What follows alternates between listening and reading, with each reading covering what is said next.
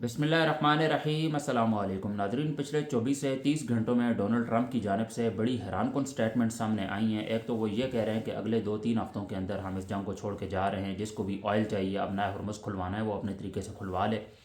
پھر وہ ابھی نیٹو سے باہر نکلنے کے لیے بھی کافی زیادہ سیریس ہیں۔ ڈونلڈ ٹرمپ نے یہ کہا ہے کہ ان کے اندر اتنا حوصلہ ہی نہیں ہے کہ یہ ہماری مدد کر سکیں، اس وقت جنگ کا ٹائم ہے، یہ جنگ لڑ سکیں۔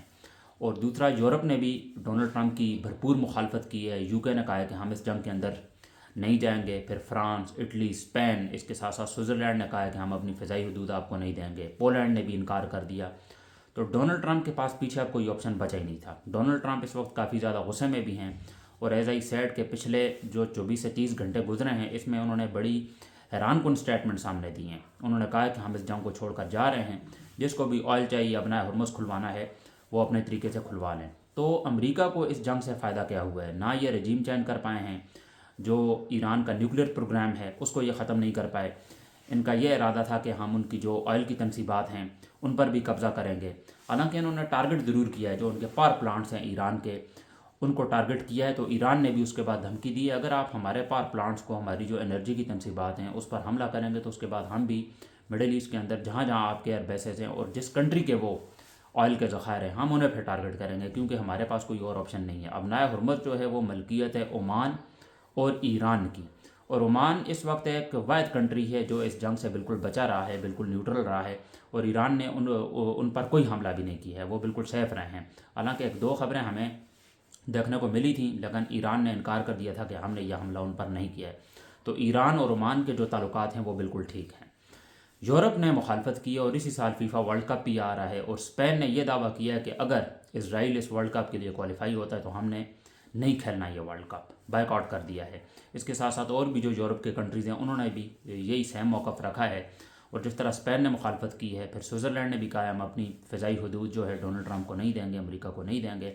حالانکہ خلیجی ممالک کے اندر 50,000 سے زائد فوجیوں کو ڈونلڈ ٹرمپ نے وہاں بھیج دیا ہے تاکہ ایران کے اوپر یہ پریشر بنا کر رکھیں، لیکن ایران جو ہے آگے سے ریٹیلیٹ کر رہا ہے۔ سعودی عرب کے اندر دوبارہ انہوں نے جو وہاں کے جو فائٹر جیٹس ہیں اور وہاں امریکہ کا جو فوج کا عملہ ہے اس پر بڑے سخت سٹرائکس کی ہیں ایران کی جانب سے، اور کافی زیادہ نقصان ہوا ہے امریکہ کا۔ اسرائیل کی جنگ لڑ رہا ہے، اور اس وقت ڈونلڈ ٹرمپ کی جو آپ اگر سمجھ لیں کہ کتنے زیادہ وہ مشہور ہیں امریکہ کے اندر، ان کی اگر آپ ریشیو نکالیں تو وہ اب 33% رہ گئی ہے، بالکل مقبولیت کم ہوتی نظر آ رہی ہے، اور الیکشن جیتنے کے تو اب بہت ہی زیادہ کم امکانات ہیں۔ امریکہ کے اندر ہر 10 بندوں میں سے اگر ہم 6 کی بات کریں تو وہ یہی چاہتے ہیں کہ امریکہ اس جنگ میں کیوں کودا ہے، امریکہ کو یہ جنگ نہیں لڑنی چاہیے تھی۔ تو اسرائیل کی جنگ جو ہے وہ امریکہ لڑ رہا ہے، اور ڈونلڈ ٹرمپ اس وقت اچھے خاصے پریشان ہے۔ اور جو ان کے اتحادی ہیں، جو G7 کنٹریز ہیں جنہوں نے ہمیشہ اپنا دبدبہ بنا کر رکھا ہے، ان سب نے اب انکار کر دیا مدد کرنے سے۔ امریکہ کے جو سب سے بڑے اتحادی ہیں، جو سب سے بڑے سپورٹر ہیں، ان میں پاکستان بھی آتا ہے، لیکن پاکستان پھر بھی نیوٹرل رہا ہے۔ پاکستان نے نہ ایران کے اوپر حملہ کیا، حالانکہ سعودی عرب کو اس بات سے کافی زیادہ تکلیف ہوئی ہوگی کہ پاکستان جو ہے ایران کے اوپر کیوں حملہ نہیں کر رہا۔ جتنے بھی مڈل ایسٹ کے کنٹریز ہیں یہ ضرور چاہتے ہیں کہ ایران کی کمر ضرور ٹوٹے، ایران کو اچھا خاصا نقصان ہو، لیکن وہاں کی جو یوتھ ہے وہ ایران کو سپورٹ کر رہی ہے۔ پاکستان کے اندر میں نے آپ کو کل بتایا تھا کہ جو مور دین 82% جو پاکستان کی یوتھ ہے، اور کچھ لوگ جو ہیں وہ بالکل نیوٹرل ہیں، ان کا کوئی موقف ہی نہیں ہے اس حوالے سے، لیکن جو سب سے زیادہ ریشو نکلی ہے سروے میں وہ پاکستان کی نکلی ہے۔ مور دین 82% جو پاکستان کی یوتھ ہے وہ ایران کو سپورٹ کر رہی ہے۔ اسی طرح پھر آپ کہہ لیں کہ ایجپٹ بھی ہے اس میں، ٹرکی بھی ہے، اور ایون کہ امریکہ کے اندر بھی جو لوگ ہیں زیادہ وہ یہی کہہ رہے ہیں کہ یہ جنگ نہیں ہونی چاہیے، اور ڈونلڈ ٹرمپ کی جو ایڈمنسٹریشن ہے اسے وہ غلط مان رہے ہیں۔ امریکہ کے اندر بھی کافی زیادہ احتجاج بھی ہوئے، اور ڈونلڈ ٹرمپ کو ایک ذہنی مریض بھی کہہ رہے ہیں امریکہ کے اندر، کیونکہ میرے خیال میں یہ امریکہ کے اب تک کے ورسٹ ترین پریزیڈنٹ رہے ہیں۔ ان سے برا پریزیڈنٹ، جس طرح آپ یہ سمجھ لیں کہ یہ امریکہ کے نواز شریف ہیں، امریکہ کے شہباز شریف ہیں۔ شہباز شریف سے بھی خیر، شہباز شریف تو خیر ان سے بھی برے ہیں۔ شہباز شریف نے ڈونلڈ ٹرمپ کے جوتے پالش کیے ہیں، تو شہباز شریف کا مقابلہ تو اس میں کوئی کر ہی نہیں سکتا، کہ وہ تو کہتے ہیں کہ I want to salute you mister president, اور جوتے پالش کرنے میں جو نام شہباز شریف نے کمایا ہے وہ مجھے نہیں لگتا کہ اس کی مثال آپ کو دنیا کی تاریخ میں کبھی ملے گی، اور جو فیلڈ مارشل ہیں وہ فیورٹ ہیں ان کے۔ تو جنگی صورتحال کی اگر ہم بات کریں تو اگلے 2-3 ہفتوں کے اندر ہو سکتا ہے کہ امریکہ یہاں سے چلا جائے۔ امریکہ کو کوئی بھی فائدہ نہیں ہوا اس جنگ میں، نہ وہ رجیم چینج کر سکیں، لیڈرشپ کو ضرور تباہ کیا ہے۔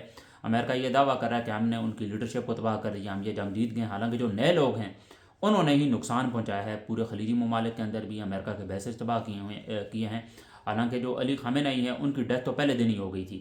اس کے بعد جو نئی لیڈرشپ ہے انہوں نے ہی آگے سے رسپونڈ کیا ہے امریکہ کو, اور جس طریقے سے ریٹیلیٹ کیا ہے وہ کسی نے بھی ایکسپیکٹ نہیں کیا تھا. ایران کم وسائل ہونے کے باوجود ایران نے جس طرح رسپونڈ کیا ہے, اور کافی سارے لوگ اب یہ ماننے پر مجبور ہو گئے ہیں کہ ایران یہ جنگ جیت چکا ہے. حالانکہ ایران کا بھی کافی سارا نقصان ہوا ہے, ان کے سکولز پر اسٹرائکس کی ہیں, وہاں پر یونیورسٹیز کو نشانہ بنایا گیا ہے, کافی سارا نقصان ہوا ہے. آلموسٹ 2000 کے قریب لوگوں کو ایران کے اندر شہید کیا گیا ہے.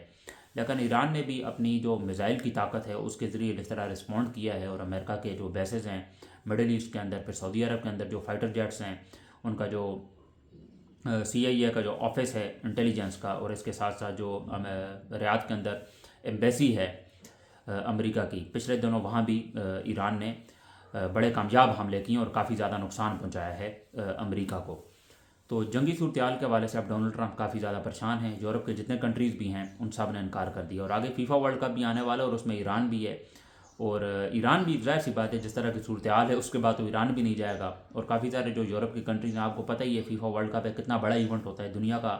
آپ یہ سمجھ لیں کہ سب کی نظریں اس وقت ورلڈ کپ کی جانب ہی ہوتی ہیں, ورلڈ کپ کی طرف ہی ہوتی ہیں.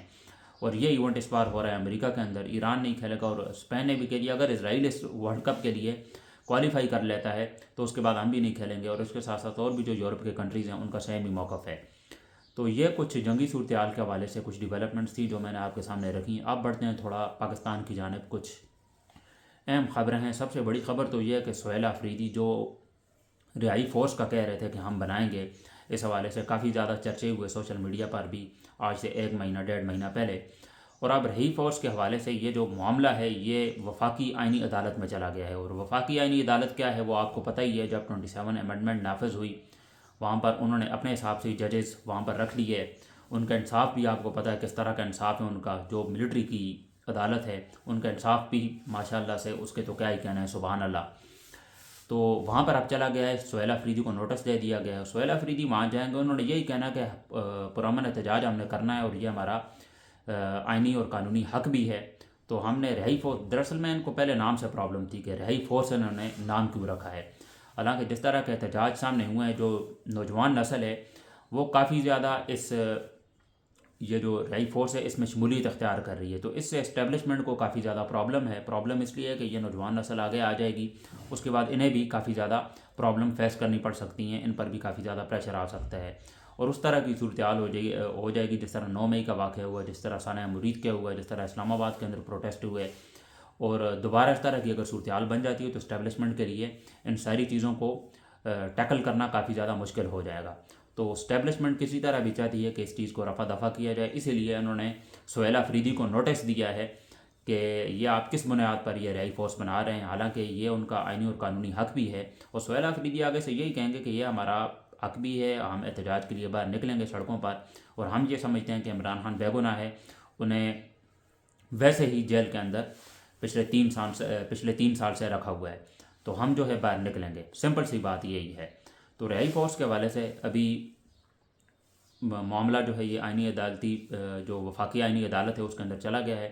نتیجہ آپ کو پتہ ہے اس کا کیا ہی نکلنا ہے. وہاں کی جو عدالتیں ہیں وہ ملٹری کے کنٹرول میں ہیں, ان کے حساب سے ہی فیصلے ہوں گے. اور ویسے بھی پاکستان کے اندر جتنی بھی چیزیں ہیں وہ اسٹیبلشمنٹ کے ہی انڈر آتی ہیں, وہ چاہے ہمارا پرائم منسٹر ہو. کوئی بھی پرائم منسٹر پاکستان کی تاریخ میں اب تک اپنا 5 سالہ ٹینور کمپلیٹ نہیں کر سکا.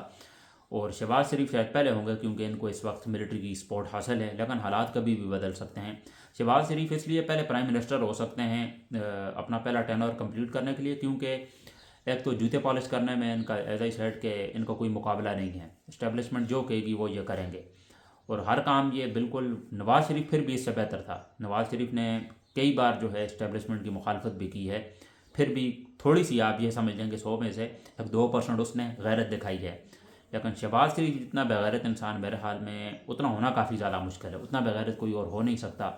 تو لہٰذا شہباز شریف اپنا 5 سالہ ٹینور ضرور کمپلیٹ کریں گے, کیونکہ اس کی وجہ یہ ہے کہ اس کے پیچھے جو سپورٹ ہے وہ پاکستان ملٹری اسٹیبلشمنٹ کی, اور وہ جو کچھ کہیں گے شہباز شریف وہ کر گزرے گا. شہباز شریف کو اس سے فرق نہیں پڑتا بالکل بھی.